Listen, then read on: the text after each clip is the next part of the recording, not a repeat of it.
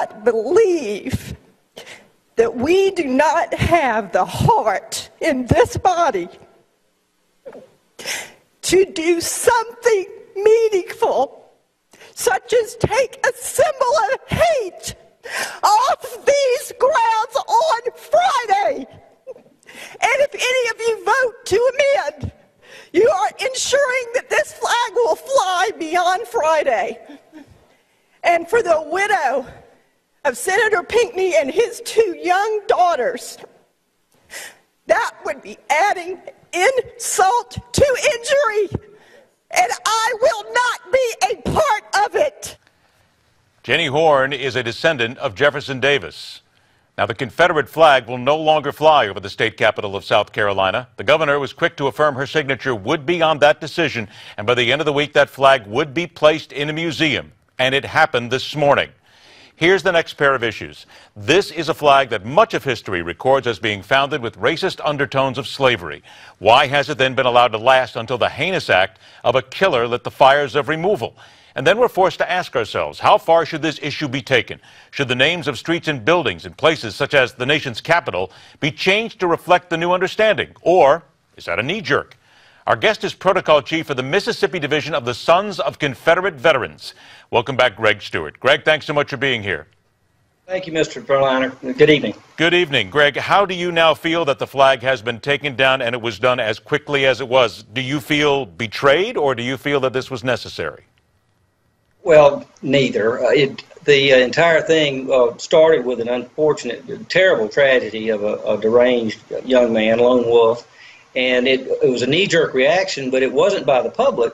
It's obviously the political class that have traded the public's interest in having a voice in this for their own political aspirations. And I think it's no secret that Nikki Haley wanted to stay on the short list for VP candidates, and maybe she's delivered. But you know, it came at the expense of the people of South Carolina having a meaningful conversation. But would you not agree there has been an awful lot of public outcry about this flag for a long time to take it down, specifically taking it off state grounds and state governments? This debate's been going on for a long time. It's nothing new.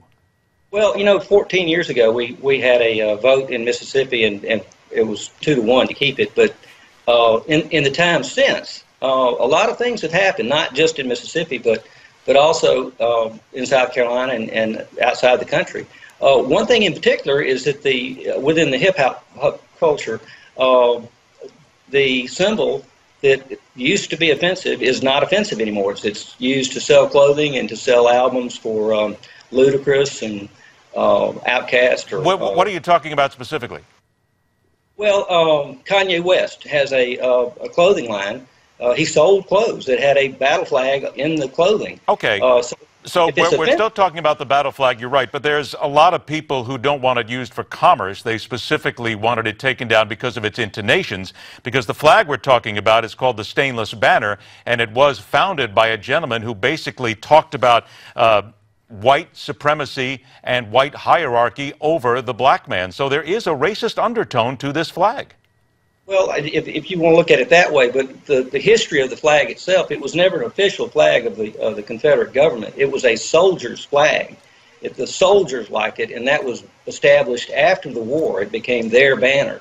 And so, you know, when Congress did what they did yesterday, I mean, how insulting or how ridiculous is that to suggest that you can honor a soldier by not allowing his flag to be placed at his grave. But the flag itself, though, will you agree with me that the flag was founded by an individual who talked about heaven-ordained white supremacy, and the gentleman's name, by the way, and I'm just reminding myself, William Thompson? I don't know that yet. You seem to know that, but all I know is what it means in Mississippi and the history that it had here. I don't know anything about the guy who designed it. Okay, but that's, I think, where the core of this resides, is that people will say that this was actually founded for white supremacy. I've only got a few seconds left. Let me just ask you then, how far do you think this should be taken? Should we scrub the names of Jefferson Davis and others from schools and streets across America? It will go as far as the political class wants to take it. The public does not want to do this. I mean, they are talking about digging up soldiers and their wives in Memphis. I mean, this has gone as far as it can go. I hope.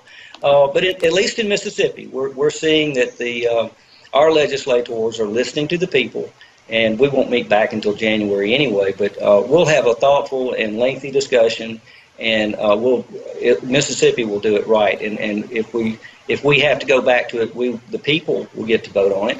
And just like we did before. And I guarantee you, unfortunately, we're out of time, but we will follow this because I do want to follow what happens with you in Mississippi as well with this. We'll stay on it. Greg Stewart, thanks so much for joining us. Yes, now, let me go ahead and ask you folks, send us your comments on this. Is it right? Should it have been done? And how far do you then take the removal of this Confederate flag? Stay with us. The Hardline continues.